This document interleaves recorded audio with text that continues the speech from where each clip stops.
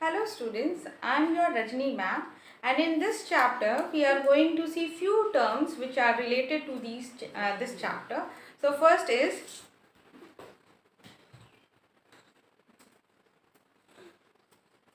what is calorimetry? So calorimetry is the study of measurement of temperature.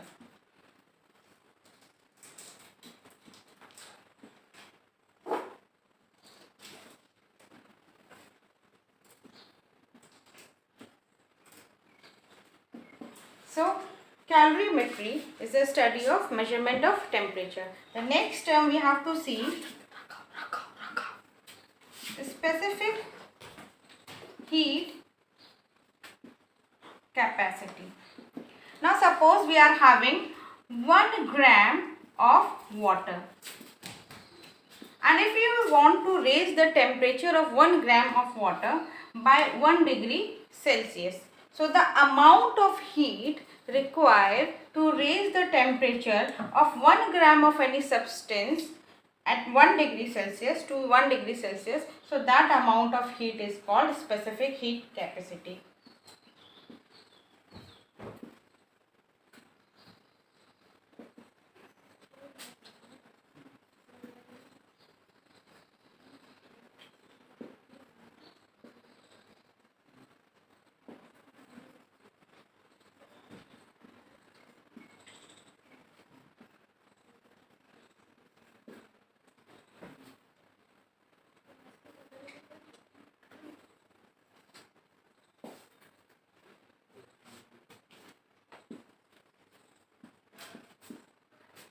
The amount of heat required to raise the temperature of any substance, that is 1 gram substance, okay, 1 gram substance by 1 degree Celsius. So that amount of heat is called specific heat capacity. For water it is 4.2 joule per gram Celsius. So that means if 1 gram of water you want to raise the temperature by 1 degree Celsius, so how much of heat you have to give? That is 4.2 joule per gram Celsius. So that is your specific heat capacity. Now next,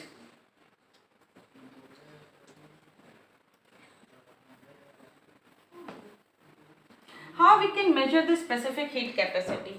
How we can measure specific heat capacity? It is denoted by C, small c.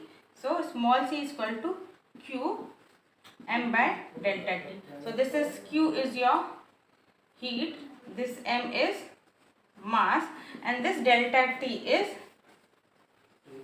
change in temperature, and this should be always, it will be always in positive. So this is specific heat capacity.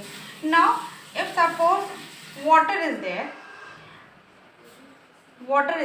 and if you are heating water, so suppose if 5 degrees Celsius is there and you are heating, and then this water, the temperature rises to 15 degrees Celsius. The temperature rises to 15 degrees Celsius. Here what happens when you are giving the heat, the temperature rises.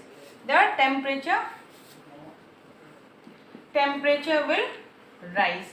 But suppose when you have taken ice at 0 degrees Celsius and when you are heating it, you are supplying heat. So it is converting into water, liquid. So what happened? Though you are passing heat continuously, but the temperature do not rise. Here the temperature will not rise. So what happened? This heat will use to break the bond between the molecules of ice. So you can do one activity also. Take a beaker, and in this beaker you keep the ice. And what you do? You put one thermometer to measure the temperature, and just give the just heat it up. So what you will see, when the ice will convert into water and the continuous heat, you are passing the continuous heat into it, so the temperature it is not rising, the temperature is at constant. So what happened to that heat when you are giving this? So this heat is utilized to break the bond between the temperature when there is change of state. Students, just remember there is change of state from ice, it is converted into water. There is a change of state at that time. When though you are passing the heat continuously, so the temperature will not rise, because this heat will utilize to break the bond between the particles. So such heat is called latent heat. So this heat, when you are passing the heat to change from one state to another state, from solid state, from ice state to water state, so the heat when you are giving, so this heat is called latent heat. Okay students, so just we saw that what is latent heat. So now let's define what is latent heat of fusion. It is the amount of heat required to raise or to change 1 unit mass of the solid into liquid at atmospheric pressure at its melting point. So the amount of heat required to change the 1 unit of mass, that is from ice into water. So that amount of heat is called latent heat of fusion. For the ice, latent heat of ice is how much? 3.35 into 10 to the power 5 joule per, that is joule per kg. Okay, so the SI unit, if we say SI unit, so that is joule per kg. That is the latent heat of fusion of ice. So now the next is latent heat of vaporization. What is latent heat of vaporization?